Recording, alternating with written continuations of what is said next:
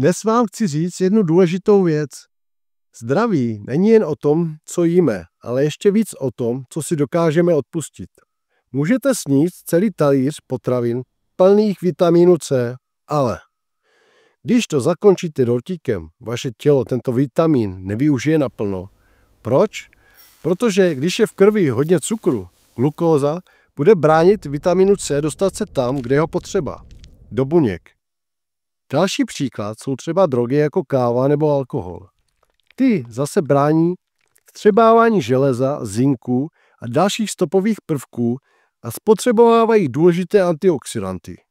Chronické pití kávy nebo alkoholu vám pak po čase naruší celý střevní mikrobiom a tím následně naruší prakticky vstřebávání úplně všeho, co sníte. Odbourávání narkotik nebo jedu všeobecně v organismu spotřebovává spoustu důležitých látek, jako vitaminy, aminokyseliny i elektrolyty. Dnes tedy probereme 10 nejhorších potravin, které díky lobbystům průmyslu můžete stále najít v regálech obchodu. Tyto pseudopotraviny, jak je nazývám, berou energii, narušují trávení, zvyšují záněty v těle a oslabují imunitu.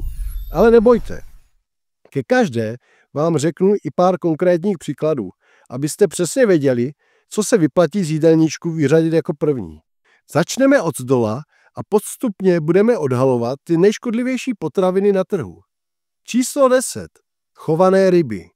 Co dostanete místo omega-3, které jsou v dnešní době tak vzácné? Chemii, antibiotika a umělá barviva. Ryby jsou sami o sobě skvělou potravinou, ale ryby z chovu jsou extrémně škodlivé. Krmy je tím nejhorším jídlem, jaké si je dokážete představit, jako je třeba soja, kukuřice, pšenice, řepkový a slunečnicový olej. Krmy je chemikáliemi a hormony a až jsou tak nemocné, že jejich maso nemá žádnou strukturu ani barvu. Takže do krmiva přidávají umělá barviva, aby vypadaly, jako by byly zdravé. Navíc třeba v Norsku už mizí i divoký losos, protože s farem unikají chované ryby, plné parazitů a kříží se s divokými. Navíc je moře znečištěné odpadem a krmivem z těchto farem. Mezi ty nejhorší patří například losos z chovu nebo pangasius. Číslo 9. Odtučněné potraviny. Light nebo fit zní zdravě, že? Ale bez cukru potraviny ztratily jejich hlavní výživovou složku, chuť i sytost. Výrobci ho pak nahrazují cukrem, barvivy, škroby či sladidly. Pro odtučnění se používá další chemie, takže výsledek je horší než původní verze a navíc plná toxických látek. No řekněte, dává vám to smysl? Typické příklady, třeba light jogurty, nízkotučné sýry, fitness, tyčinky, light majonézy a dressinky. Číslo 8. Pasterizované mléko. Laktázová persistence je u střední a severní Evropy běžná. Mnoho dospělých mléko toleruje. Je třeba si ale uvědomit, že při dospívání člověk ztrácí enzym laktázy pro trávení mléčného cukru. Když se podíváme na tento graf, k výraznému poklesu enzymu dochází už kolem 5. roku. To je také věk, kdy se spoustě dětí vyvine alergie a všelijaké kožní vyrážky. Náhoda? Nemyslím si. Pasteurizací se navíc zničí enzymy a bakterie, které právě s trávením pomáhají. Týká se to hlavně klasického krabicového mléka, pasteurizovaného tvarohu, smetanových dezertů typu prbiňáček nebo lipánek, které navíc obsahují ještě vysoké dávky cukru. Průmyslová zmrzlina z mrazáku. Ve skutečnosti se jedná o chemický koktejl. Většina zmrzlin v supermarketech a venkovních pultech je směs cukru, pasteurizovaného mléka nebo smetany, rostlinných stužených tuků, emulgátorů, stabilizátorů a umělých příchutí. To znamená spousta prázdných kalorií, žádné živiny a navíc látky, které mohou zatěžovat trávení a podporovat záněty v těle.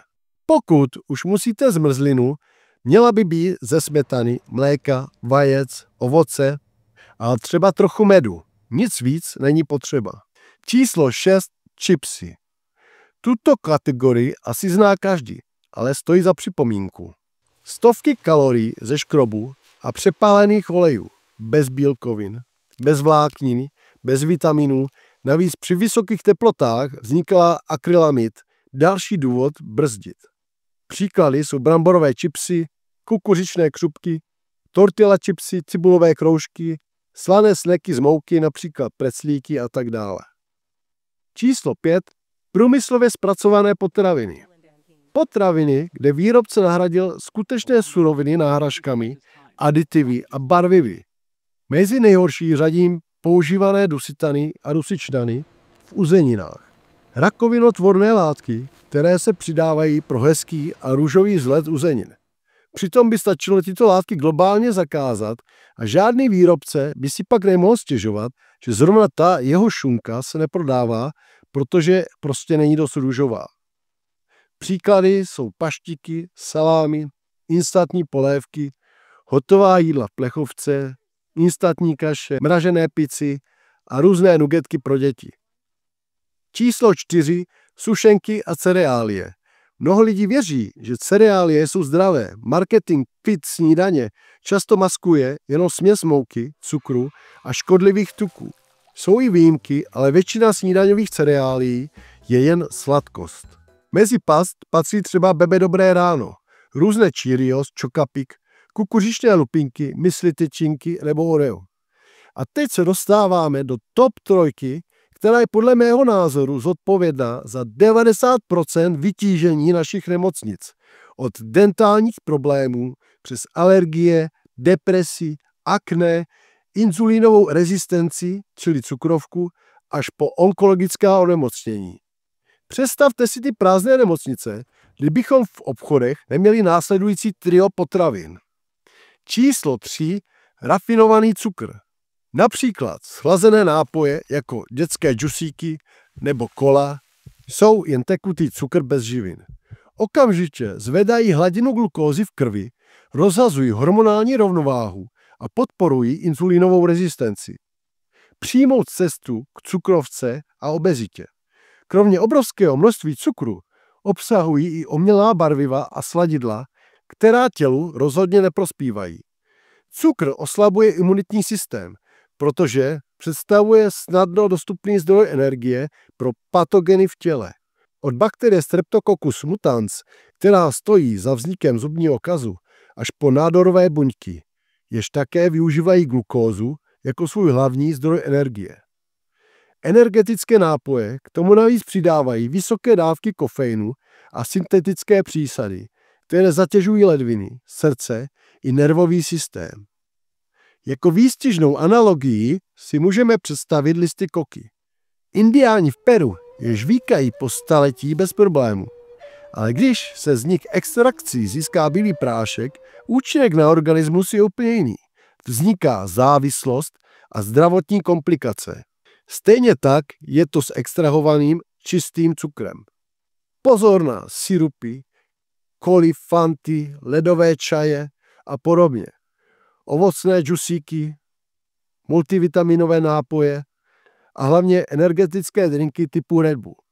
Číslo 2. Mouka. Mouka v těle funguje jako cukr, takže také způsobuje všechny předešlé problémy, ale přidává i spoustu dalších problémů. A to hlavně se zažíváním. Bez vlákniny, bez enzymů, bez výživy. Jako bonus výrobky z mouky obsahují aditiva, emulgátory, které zajišťují nadýchanost, konzervanty jako sorbany, propionáty, bělidla mouky a další enzymové přípravky, které často nejsou ani deklarovány. Lepek je navíc pro tělo cizí sloučenina a je návykový. Proto je tak těžké se vzdát potravin z mouky. Příklady uvedu, asi každý zná: chléb, rohlíky, těstoviny, pizza, lívance a tak dále. A číslo 1. Margaríny, stužené tuky a rafinované rostlinné oleje.